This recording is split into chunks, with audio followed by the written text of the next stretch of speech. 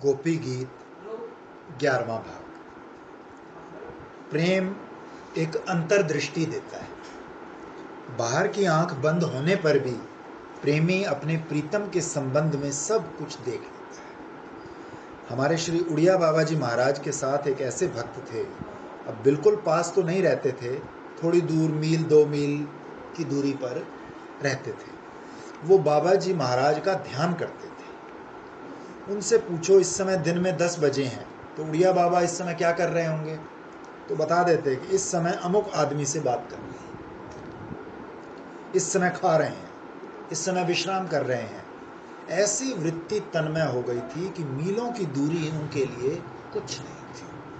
आंख बंद की और देख लिया कि महाराज जी क्या कर रहे हैं। प्रेम में अपने प्रीतम के संबंध में जानकारी प्राप्त करने की अद्भुत शक्ति है। इसीलिए कहते हैं कि प्रेमी 7 तालों के भीतर बंद वस्तु को भी देख सकता है। प्रेम सच्चा होना चाहिए। तो गोपी है विरह अवस्था में, जिनके लिए वो अपना गोपी है विरह अवस्था में, जिनके लिए वो अपना भोग, कुटुंब, शरीर, धर्म, जाति, लोक परलोक सब छोड़कर आई, जिसके लिए उन्होंने सर्वस्व त्याग किया, वही उन्हें ठुकराकर अंधेरी रात में जंगल में छिप गया। अब समझो आजकल के प्रेमी ऐसा होने पर क्या करते? ब्याह होते तो तलाक दे देते, मानहानि का दावा करते कि इन्होंने हमको डराने की कोशिश की। आजकल के लोग तो फालतू ही प्रेमी बनते हैं। सच्चा प्रेम तो किसी किसी के हृदय में उदय होता है। ये दिव्य वस्तु है। ये जो प्रेम है, भगवान का प्रेम, ये बाजारू चीज नहीं है। तो देखो कृष्ण की ओर से इतना निष्ठुर आचरण होने पर भी गोपी के हृदय में ऐसा लगता है कि श्री कृष्ण हमारे पास आए, हमसे प्रेम करें। हमने कहा कि हमारे सर पर हाथ रख दो तो रख दिया। हमने कहा कि अपना सुंदर मुखारविंद दिखाओ तो हमारे सामने अपना सुंदर मुखारविंद प्रकट कर दिया। लेकिन इतने से संतोष नहीं है, क्योंकि प्रेम में प्यास है, बढ़ती जाती। जैसे अपरिच्छिन्न अनंत ब्रह्म आत्म ऐक्य बोध की प्राप्ति के लिए व्यक्तित्व का अपवाद करना पड़ता है, वैसे ही अपरिच्छिन्न अनंत भगवत प्रेम प्राप्त करने के लिए व्यक्तित्व का हनन करना पड़ता है। जो प्रेम की आग में अपने व्यक्तित्व, व्यक्तिगत मैं को, प्रतिष्ठा को, कुल को, जाति, धर्म, कुटुंब को, धन को और अपनी विशेषता को होम नहीं करेगा, वो प्रेम के रास्ते में नहीं चल सकता। श्री कृष्ण की ओर से इतनी निष्ठुरता, इतनी कठोरता करने पर भी गोपियों का मन यही कहता है कि कृष्ण हमारे सामने खड़े हैं और उन्होंने मुस्कुराकर आंख से इशारा किया है, गोपी हम तो तुम्हारे ही हैं। ये है प्रेम की लीला। बाबा प्रेम में लड़ाई भी होती है, लेकिन कब? जब प्रेम में अपना प्रीतम बिल्कुल मुट्ठी में आ जाए, काबू में आ जाए, तब लड़ाई होती है और उससे प्रेम में ताजगी आ जाती है। लड़ाई के बाद और काबू में ना हुआ, मुट्ठी में ना आया और तब लड़ाई शुरू हो गई तो वो विमुख हो जाएगा। ये देखो गोपियों की अनुकूलता। वो कहती हैं, हे कृष्ण तुम हमारे हृदय पर अपने चरणारविंद को रखो और जो हमारे हृदय में सो रहा है काम, उसको नष्ट कर। जैसे इसमें कल आया था कि कृष्ण से प्रार्थना करनी चाहिए, तो हम ऐसे, हम तो श्री जी की तरफ रहते हैं तो कृष्ण से ऐसे प्रार्थना कोई भी हो तो करनी चाहिए क्या? प्रार्थना तो किसी को भी कर सकते हो। प्रार्थना करो कि देखो एक स्तोत्र है सवेरे में रोज इसको पढ़ती हूँ, राधा राशेश्वरी रम्या परमाचा परमात्मा, उसमें वल्लभाचार्य जी के 4 श्लोक हैं पहले, उसमें वो कृष्ण से भी प्रार्थना करते हैं कि हमें अपनी प्राणेश्वरी की दासी बना। कल सुना था कि यदि हम इसकी व्याख्या ज्यादा बढ़ाएं नहीं, सीधा सीधा अर्थ करें कि हमारे हृदय में जो काम है उसको मिटा दो, तो संसार का शुरू का जो भक्त है वो भी ये प्रार्थना कर सकता है, और जो बड़े से बड़ा भक्त है वो भी ये प्रार्थना कर सकता है। कैसे? कि काम और प्रेम ये दोनों परस्पर विरोधी होते हैं। जहाँ काम है वहाँ सच्चा प्रेम नहीं, और जहाँ सच्चा प्रेम है वहाँ काम नहीं। एक बार महात्मा गांधी से किसी ने पूछा था कि रामचंद्र ने सीता के साथ बड़ी निष्ठुरता बरती, उनको घर से निकाल दिया, नल ने दमयंती को जंगल में छोड़ दिया और कृष्ण ने गोपियों के साथ बड़ी निष्ठुरता कराई। इतने बड़े महान पुरुष होकर इन लोगों ने ऐसी निष्ठुरता का बर्ताव क्यों किया? तो गांधी जी ने कहा, तुमको तो कृष्ण की, नल की, राम की बड़ी निष्ठुरता लगती है, जरा सीता जी से पूछो कि उनके पति कैसे हैं, निष्ठुर हैं कि भले मानुस हैं?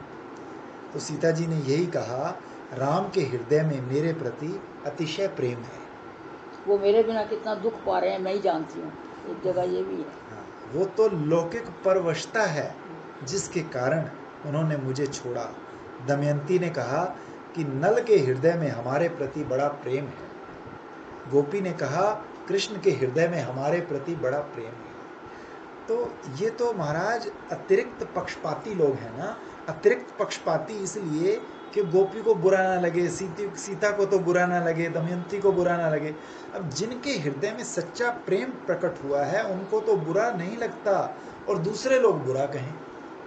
आजकल तो अदालत में कोई मुकदमा दाखिल करता है तो वकील लोग पूछते हैं, तुम कौन होते हो दाखिल करने वाले, तुमको क्या हक है? तो हृच्छ है प्रेम, हृच्छ है काम, हृच्छ है भगवान। हृदय में जो रहे, हृदय में जो सोए, उसका नाम होता है हृच्छ। तो गोपियां कहती हैं हृदय में कृष्ण रहे, प्रेम रहे, काम न रहे। इसका मतलब ये हुआ कि वो सोचती हैं कि हमारे अंदर ऐसी क्या गलती है जिसके कारण श्री कृष्ण हमारे बीच से अंतर्धान हो गए।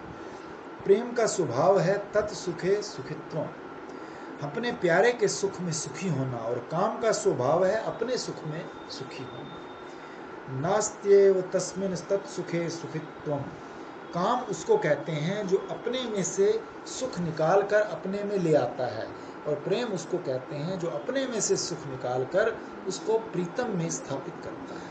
तो गोपियां कहती हैं कि ऐसा मालूम पड़ता है कि हम सच्चे हृदय से तुमको सुखी नहीं करना चाहती, हमारे हृदय में सुख लेने की कामना है, इसलिए हमारे काम को देखकर, हमारी कामना को देखकर शुद्ध प्रेम के प्रेमी तुम हम लोगों के बीच में से अंतर्ध्यान हो। अच्छा, तो हमारे हृदय में काम है तो इसका दूर करना क्या कठिन है?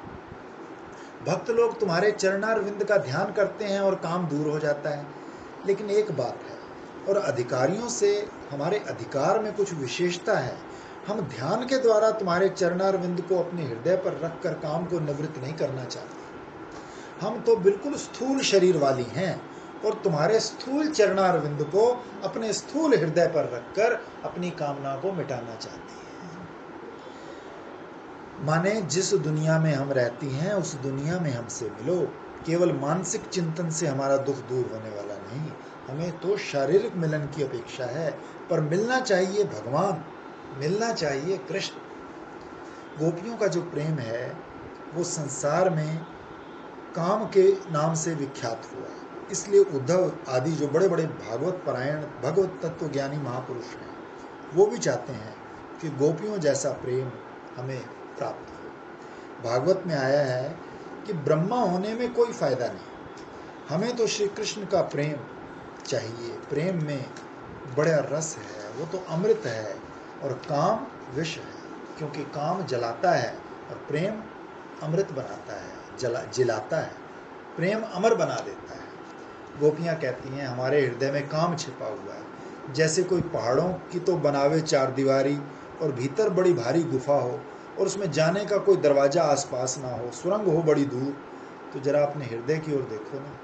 तो गोपी का जो हृदय है वो तो पहाड़ का दुर्ग है, और दरवाज़ा कहीं नहीं आसपास, आने जाने के लिए जो सुरंगें जो हैं वो भी आँख की, कान की, वो बड़ी दूर दूर हैं। और ये काम रूप जो शत्रु है ये जाकर हृदय के भीतर छुपा हुआ है। तो गोपियाँ कहती हैं ये जो शत्रु को मारना हो, वश में करना हो, तो पहले जो उसका दुर्ग है, किला है, वो तोड़ना चाहिए। तुम अपने चरणारविंद को सीधा हमारे वक्षस्थल पर मारो, तो इसके भीतर बैठा, किले में बैठा जो दुश्मन है वो काम अपने आप नष्ट हो जाएगा। आप मन ही मन अगर ध्यान करो कि कृष्ण का जो चरणारविंद है वो हमारे हृदय पर है, तो काम नहीं आएगा।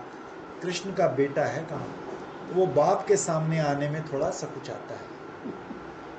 ये दुनियावी लोग जिस काम के चक्कर में नाचते फिरते हैं, भक्त लोग उसको ललकारते हैं, अरे काम, तू क्यों अपने हाथ को गंदा करता है धनुष बाण चढ़ाकर? तुमको मालूम नहीं, हमारा जो चित्त है वो चंद्रचूड़ भगवान शंकर के चरणार विंद का जो ज्ञान अमृत है उसका चुंबन कर रहा है, क्यों तू अपना हाथ गंदा करता है? बात यह है कि ये जो काम है इसके पास कोई बाण नहीं, धनुष नहीं, पुष्प धनवा बोलते हैं इसे, फूलों के धनुष वाले और फूलों के ही बाण हैं। तो इसके ऊपर कोई लोहे के धनुष के ऊपर लोहे का बाण चढ़ाकर चलाए तो ये उचित कैसे होगा? तो गोपियों ने कहा कि जब ये फूलों का धनुष बाण लेकर रहता है तो अपने चरणों के जो कमल हैं, खिले हुए कमल, उनको हमारे हृदय पर रख दो तो फूल से फूल का मुकाबला हो जाएगा। भगवान के चरण भी पुष्प और कामदेव का धनुष बाण भी पुष्प। ऐसा समझो कि कामदेव एक हाथी है, मतवाला हाथी, लोगों को परेशान करने वाला, और भगवान के जो चरण हैं उनमें अंकुश का चिन्ह बना हुआ है। तो अपने चरणार विंद से हमारे हृदय पर प्रहार करो, जिसका अर्थ है तुम्हारे चरणों में जो अंकुश है उससे इस काम रूपी मतवाले हाथी को वश में कर। आप ऐसे समझो कि भगवान के दाहिने और बाएं चरण में जो 16 चिन्ह हैं, उन सभी चिन्हों के द्वारा काम को वश में कर। अब दूसरी बात, काम जरा कमजोर है और श्री कृष्ण बड़े प्रबल है। ये बात आप कैसे ध्यान में लेंगे? एक श्रुति होती है और एक स्मृति होती है। श्रुति माने वेद और स्मृति माने मनु आदि की स्मृति। ये निर्णय किया गया है कि जहाँ श्रुति और स्मृति में परस्पर विरोध हो तो वहाँ श्रुति प्रमाण मानी जाती है, स्मृति प्रमाण नहीं होती। ये जो कामदेव है ये हृदय में स्मृति से उदय होता है, ये स्मार्त है। स्मृति किसी के रूप की याद करो, किसी के भोग की याद करो, किसी के श्रृंगार प्रधान रहनी सहनी याद करो। स्मरण से काम का उदय होता है। इसीलिए संस्कृत भाषा में काम का एक नाम स्मर है।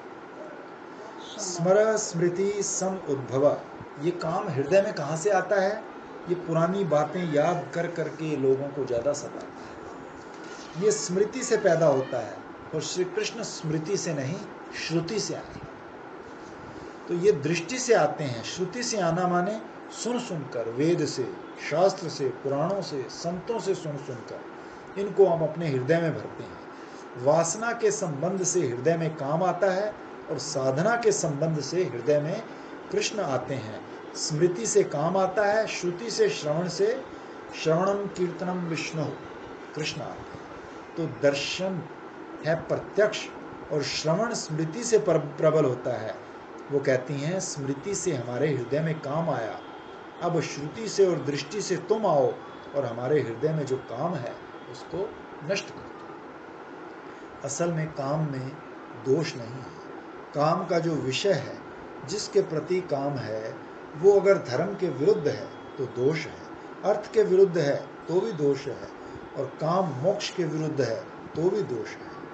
इसका अर्थ हुआ पुरुषार्थ से अविरुद्ध जो काम है अपने हृदय में, वो भगवान का स्वरूप है।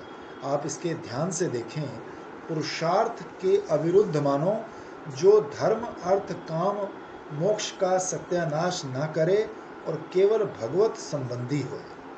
जब संसार के विषयों की कामना हम नहीं करते तो कामना जो है वो भगवत विषयक हो जाती है, और जब काम के अंदर भगवान आ जाते हैं तो काम का चोला फट जाता है, वो दिव्य हो जाता है, काम का दिव्यकरण हो जाता है, कायाकल्प हो जाता है काम का, जब वो भगवान के साथ जुड़ता है। असल में ज्ञान क्या है? ये घड़े का ज्ञान है, मकान का ज्ञान है, कपड़े का ज्ञान है। अच्छा देखो, ये रोशनी जो हो रही है इससे औरत भी दिख रही है और मर्द भी दिख रहा है। औरत मर्द तो जुदा जुदा है, लेकिन रोशनी क्या जुदा जुदा है? रोशनी तो एक ही है ना। एक ही रोशनी में दोनों दिखते हैं, तो एक ही आँख से दोनों दिखते हैं, ऐसे ज्ञान होता है एक, और विषय होते हैं जुदा जुदा।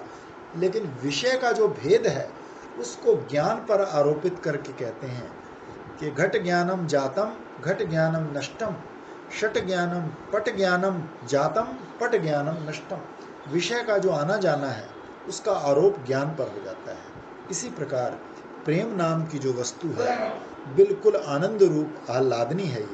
ये आनंद रूप जो आह्लादनी है वो तो जैसा ज्ञान वैसा प्रेम। लेकिन जैसे ज्ञान जो है वो चोर का होगा तो ज्ञान चोराकार हो जाएगा, और ज्ञान संत का होगा तो ज्ञान संताकार हो जाएगा। इसी प्रकार जब संसार के विषयी पुरुष से होता है तो वो कामाकार हो जाता है, और यही प्रेम भगवान के साथ होता है तब वो विशुद्ध प्रेमाकार हो जाता है। ये तो विषयगत जो गंदगी है उसका आरोप प्रेम में करने पर उसका नाम काम हो जाता है, और जब विषयगत गंदगी निकलकर वो श्री कृष्ण के साथ जुड़ता है, मुरली मनोहर पीताम्बरधारी श्याम सुंदर जब आकर हमारे वक्षस्थल पर क्रीड़ा करने लगते हैं तब वो काम नहीं रहता, वो प्रेम